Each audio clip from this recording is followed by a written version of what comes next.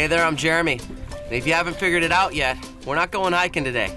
We've come up here to the beautiful San Juan Islands to explore what's underneath the water. So today we're going to an environment that is not natural for humans, and we're gonna see all of the animals that are down deep. You're gonna love it. Let's check it out.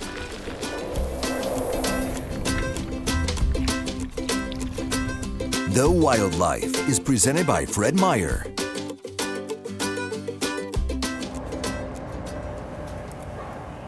So we're heading out to Friday Harbor right now, and to do that, we get to board the ferry.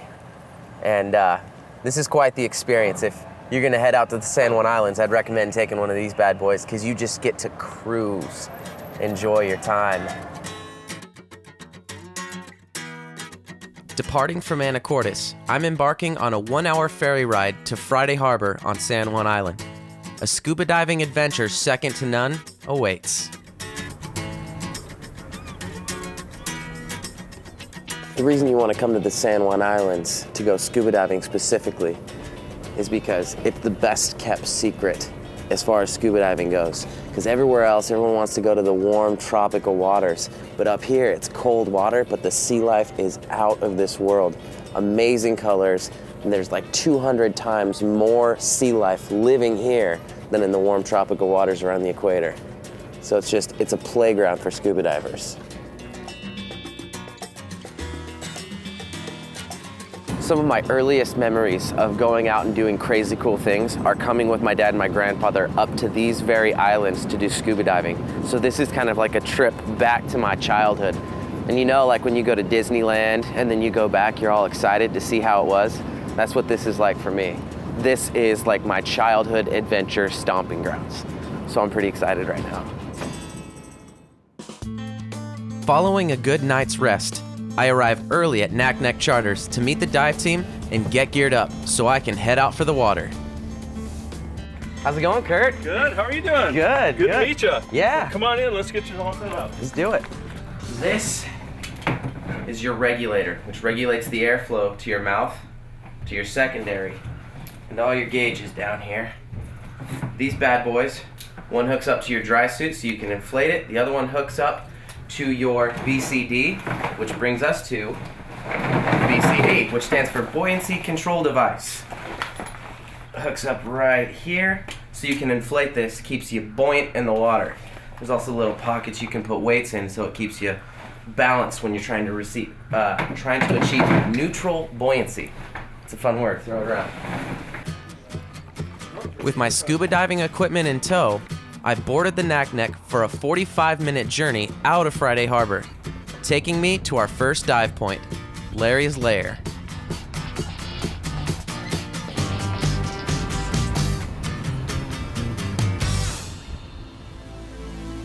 At long last, it's time to follow in the footsteps of my father and grandfather. As a kid, I watched Grandfather Don dive at the San Juan Islands, and I always dreamed of experiencing this for myself someday, when I was old enough to be certified.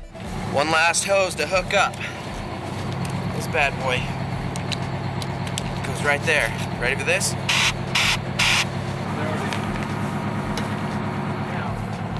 There we go.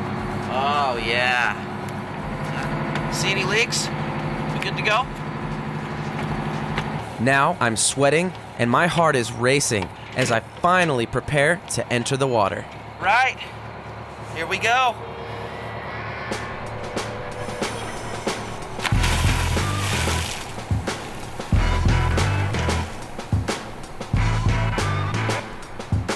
Let's go have some fun. This is the wildlife. When we get back, we'll be finding out why Jacques Cousteau called the San Juan Islands his second favorite place to dive in the entire world. Only on the Wildlife.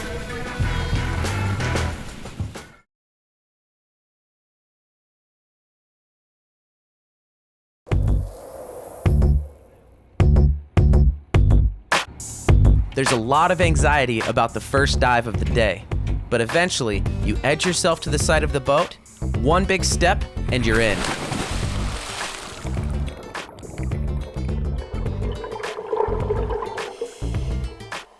At the first site, Larry's Lair, I brought my spear gun as I'm on the hunt for the northwestern greenling. Our research tells us that the fish in the San Juans have been overhunted, so we need to be respectful of the population by only taking one and making sure it's not the biggest one. This is no time to be greedy. Bigger fish make more offspring, and more offspring means more wildlife for future generations. Still, to me, part of the fun of the dive is the hunt, but it's certainly not everything, as we'll soon see.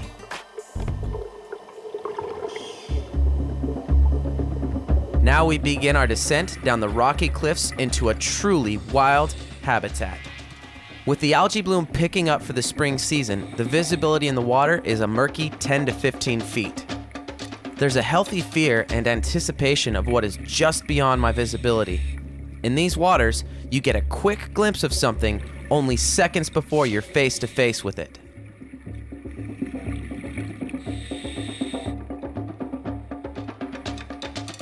My encounters at my maximum depth for this dive did not disappoint me.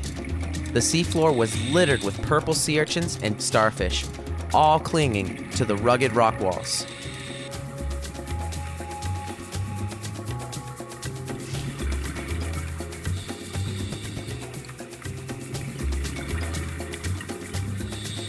With all these wonders to look at, it's easy to get distracted from the dangers of the sport. Getting disoriented at these depths is a diver's worst nightmare. You can lose all sense of direction and lose control of your ascent. You're at the complete mercy of the water.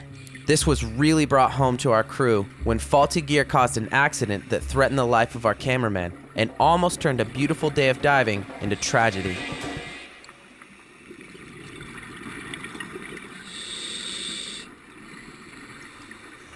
Okay? Cameraman Kevin made a rapid ascent from 80 feet, a potentially life-threatening move, but he had to. When you're coming up out of the water and you're ascending from a really deep depth, the biggest danger is the gas in your body. If you ascend too fast, those gases expand, and that's when you get what they call the bends. If you ascend slowly, you give all those gases a chance to expand. You're exhaling it out. So it's like with this right here. If you ascend slowly, it's like you're letting it go nice and relaxed. But if you ascend too fast, that gas expands in your body and your blood literally turns to foam. So you want to make sure that you ascend slow, relax, you're exhaling it all out so you don't die. Kevin, who's been shooting deep for decades and really knows these waters, suffered what could have been a very serious injury. Malfunction. I mean, we were right in the middle of shooting, getting this great stuff, and we switched levels. This thing obviously came off, and it hit me in the back of the head. The battery just completely whacked my buoyancy. Thankfully, Kevin was okay, but it just goes to show you, you can never be too careful.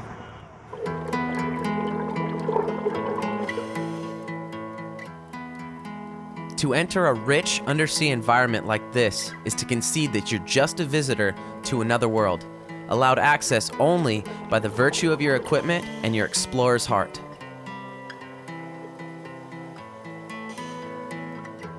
To enter an underwater ecosystem like this is a rare gift. The water shuts out the sounds of almost everything except your own breathing. You're overcome with this kind of instant reverence people usually associate with cathedrals, and you're treated to visions richer than your deepest imaginings.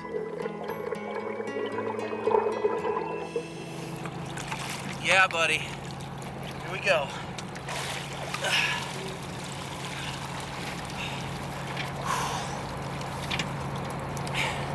You've got to go down and check this out for yourself.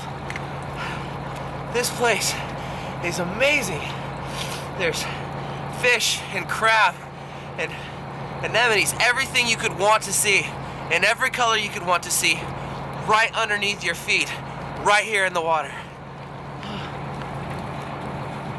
Well, right now we're gonna decompress a little bit, just sit on the boat, let some of our gas and everything evaporate from our body, exhale it all out. We're headed to our second dive site, where there's gonna be just even more wildlife, even more stuff. This was a pretty good dive. I mean, the visibility wasn't phenomenal, but I mean, for the area, it was good. It was really good. So, on our way to dive 2. Pretty fired up right now. After the break, it's on to dive sites 2 and 3, where we go from a palace to a wreck. Only on the Wildlife.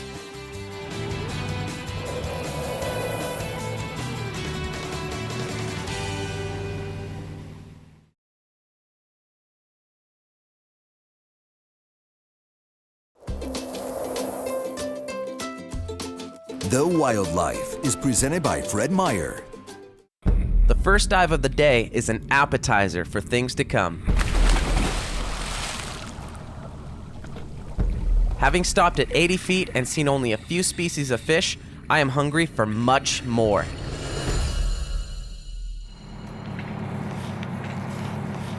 This is dive number 2, Point George. As opposed to the first dive, this one drops down straight on a cliff, and it's absolutely littered with anemone. So we're gonna try and light up the Alabaster Palace.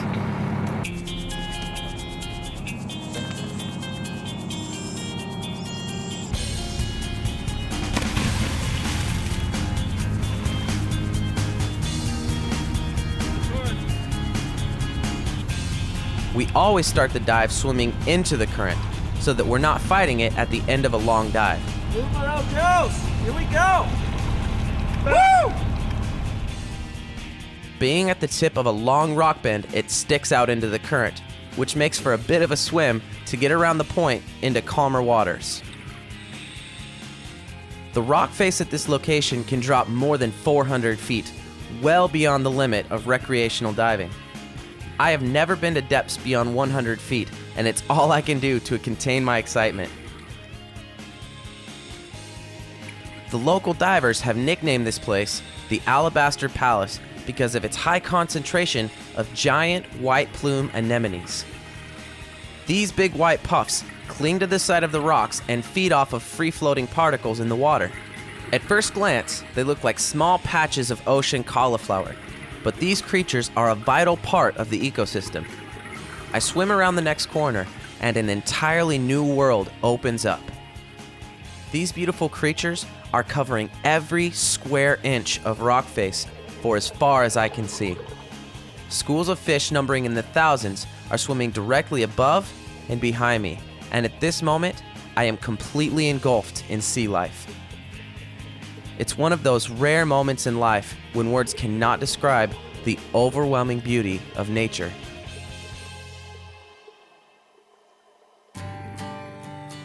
Scuba is the ultimate form of going beyond the limits of human exploration. It can be enjoyed by anyone with a desire for more than what lies on the surface. This underwater playground challenges the mind. It's a visual wonderland of plants and wildlife, competing with my need to focus on my equipment and the elapsed time of my dive. I've been checking my depth gauge frequently and have descended below 100 feet to an amazing 120, a new record for me. And a depth that exposes a diver to 5 times the pressure he would feel on the surface. With just 1,000 pounds of air in my tank, I've explored to my heart's content, and it's time to head back to the surface. Jacques Cousteau claimed these islands as one of the top dive places throughout the entire world, falling second only to the islands off the coast of Bali. I've never been to Bali, so this remains number 1 for me.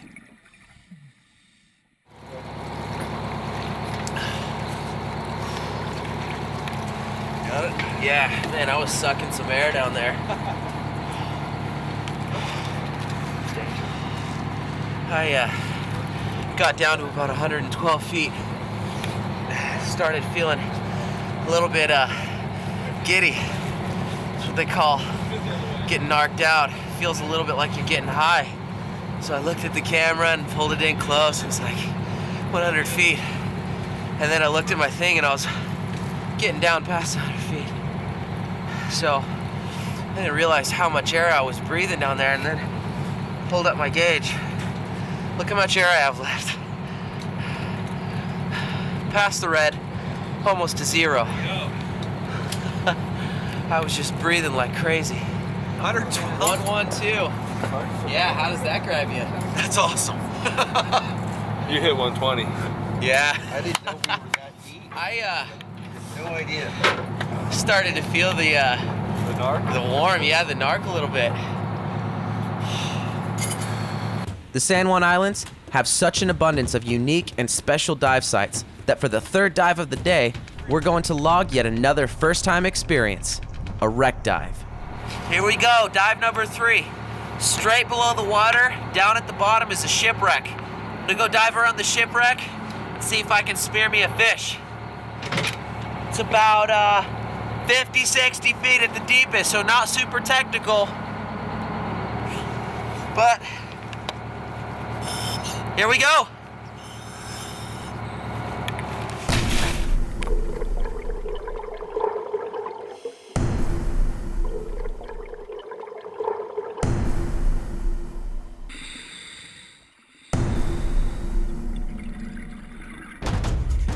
Sunk in the outskirts of Friday Harbor about 15 years ago, this 60-foot fishing boat is a popular stop for all divers, both advanced and novice.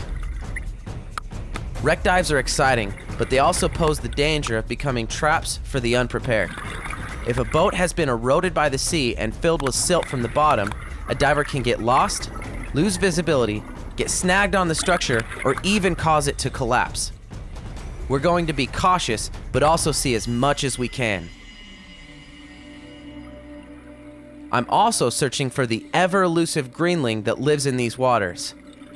It's hard not to be distracted by the other large fish swimming in the area, but I'm not going to fire until I see that specific fish. We have searched high and low around the entire perimeter of the wreck. There are no greenlings on the outside, so it's time to further this quest by venturing to the inside.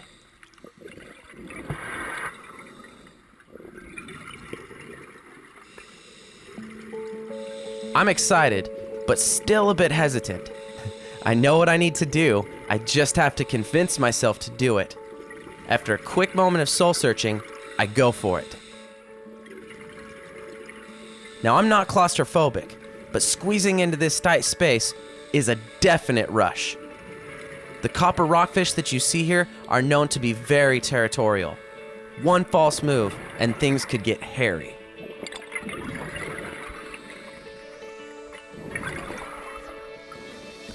One last sweep under the port side of the wreck is to no avail. The elusive greenling spearing will wait for another day, one I can't wait to encounter. For now, it's back to the boat and perhaps a dive bar. You gotta be so careful. At some points you get so close to the bottom you're walking with your fingers. Because if you stir up any kind of dust or anything off the bottom, blackout, you can't see a thing. And that is dangerous. Now you're stuck inside this cabin, about the size of my body, and you can't see a thing. But I did it. We did it.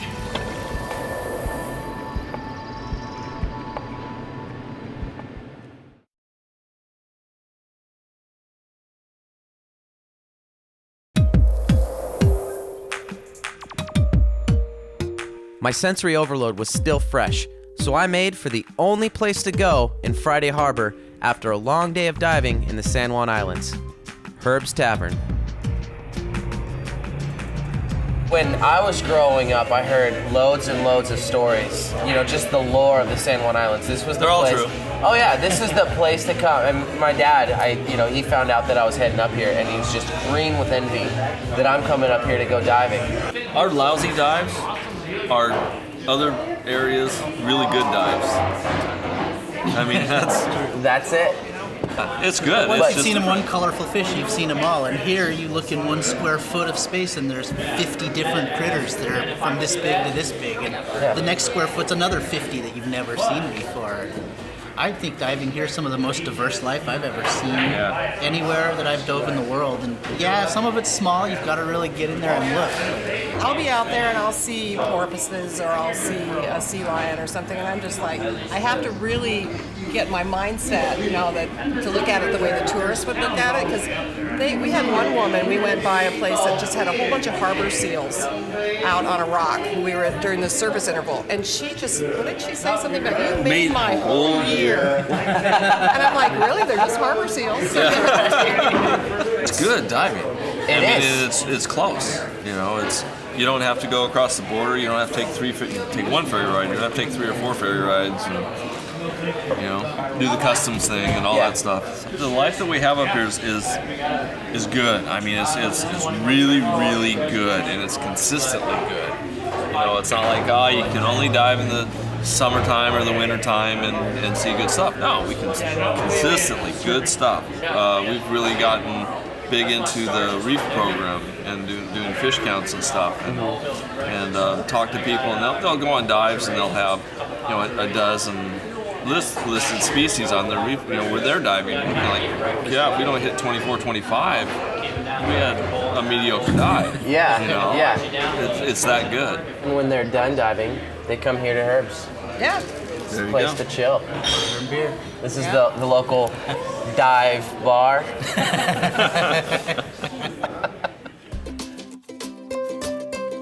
With the return to my childhood Disneyland complete, there was just one more thing that I had to do. Dear grandfather, you told me this was one of the best places to come for diving. No wonder Jacques Cousteau called this one of the top dives in the world. I didn't get a greenling, but the visuals were out of this world. Let's make sure we come back and do this together. Love, Jeremy.